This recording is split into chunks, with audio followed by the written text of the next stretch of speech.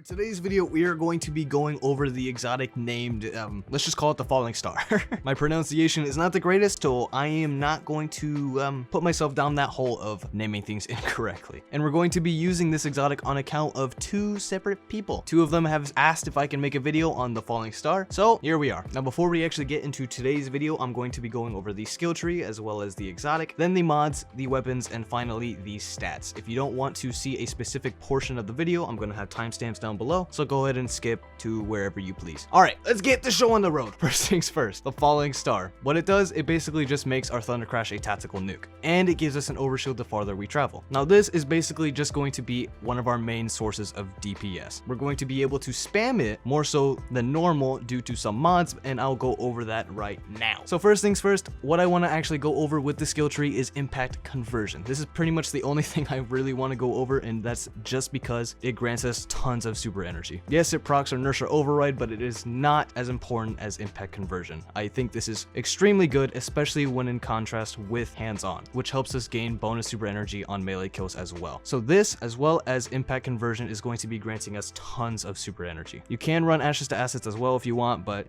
that's up to you. All right, let's go over the mods now. So first, I have 2 Charge of Light mods and 3 Elemental Well mods. First, I'll go over the Charge of Light mods, and then I'll go over the last 3 mods. So heavy-handed, what it does, it basically just gives us half of our energy back for our melee whenever we get a kill while charged with light with our melee ability. This is how we're going to be keeping our melee ability in a constant rotation so we never really run out of it, just so we can constantly spam our melee over and over again to keep the super regeneration flowing very, very nicely. Next up, we have Reactive Pulse, and basically we're only using this for the secondary perk, but just because, we'll go over the main perk. What it does, while charged with light, when you take damage while surrounded by combatants, you emit a burst of damaging arc energy, consuming 1 stack of charged with light. Gain a powerful overshield while performing your finisher. Now, this is actually going to take us on to our next mod that I want to go over, which is called Overload Wellmaker. Reactive Pulse is going to be granting us a chunky shield whenever we perform finishers, and Overload Wellmaker is why we're actually going to be going for finishers in the first place. And what this does is defeating a combatant with a finisher spawns 2 arc elemental wells. Now, this is going to be our main source of actually providing us Font of Wisdom, as well as helping us become charged with light. But if you don't want to rely on Overload Wellmaker to become charged with light, then you will not need this next mod that I'm going to be going over, which is Elemental Charge. Become charged with light by picking up an elemental well. It gets you 2 stacks per elemental well, but once again, if you don't want to constantly have to perform finishers over and over again to become charged with light, then I would highly recommend swapping this out for something like Swift Charge, Quick Charge, or even Taking Charge for that matter, so long as your weapons generate orbs of power for you. And with that being said, that leads us on to our last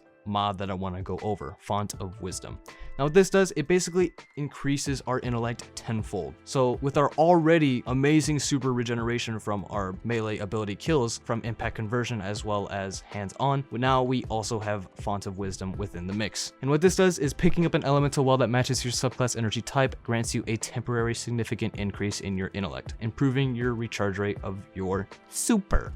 Oh my god, that is a mouthful. And that is pretty much all of the and that is pretty much all of the mods that I want to go over. If you want to know any secondary mods that I would recommend, then Outreach is a good one. Reduces melee cooldown when using your class ability. Innervation isn't bad as well. This basically just reduces our grenade cooldown whenever we pick up Orbs of Power. You can swap this out for Absolution if you want. And finally, we have Momentum Transfer, which causing damage with a grenade reduces your melee cooldown. Not important at all, but if you have room to run it, then by all means go ahead. Next up, the weapons. Now, I know you've seen it, the Monte Carlo. This is basically just going to help us get our melee ability back constantly. If you don't want to have to rely on your mods to get you your melee back, then by all means run the Monte Carlo. I like running both just because I like having as much melee cooldown as I possibly can, but it is not at all necessary. If you don't want to run the Monte Carlo, you can swap it out for a grenade launcher or whatever you so please. You could even run the Ikelos SMG for that matter and bring a Warmind cells into the mix, and run mods such as Strength of Rasputin, which helps you get your melee energy back as well. If you don't want to run the Monte Carlo, that is, but I digress. That's just me throwing ideas out there. But yeah, we have the Monte Carlo, and we have, of course, our rocket launcher, which is also going to be helping us deal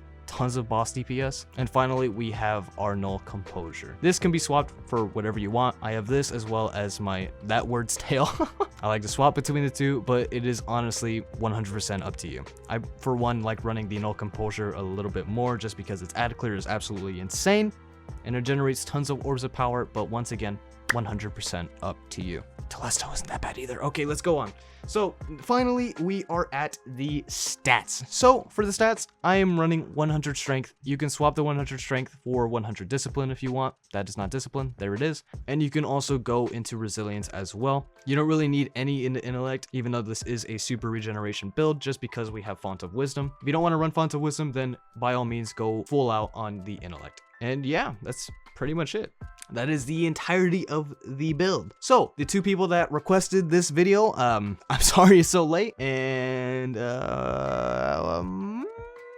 yeah, I got really nothing else to say. Next video will most likely be another Titan one. I know I'm making a lot of Titan builds, but I said I would also make a Severance Enclosure build, but we'll see how that works out. If I don't do this, then I most likely will make a Warlock video after. But we'll see how everything pans out. All right, I'll see you guys in the next video, and I hope this was all right. If you have any questions, then feel free to comment down below. I am more than willing to help all of you guys out. All right, enough rambling from me.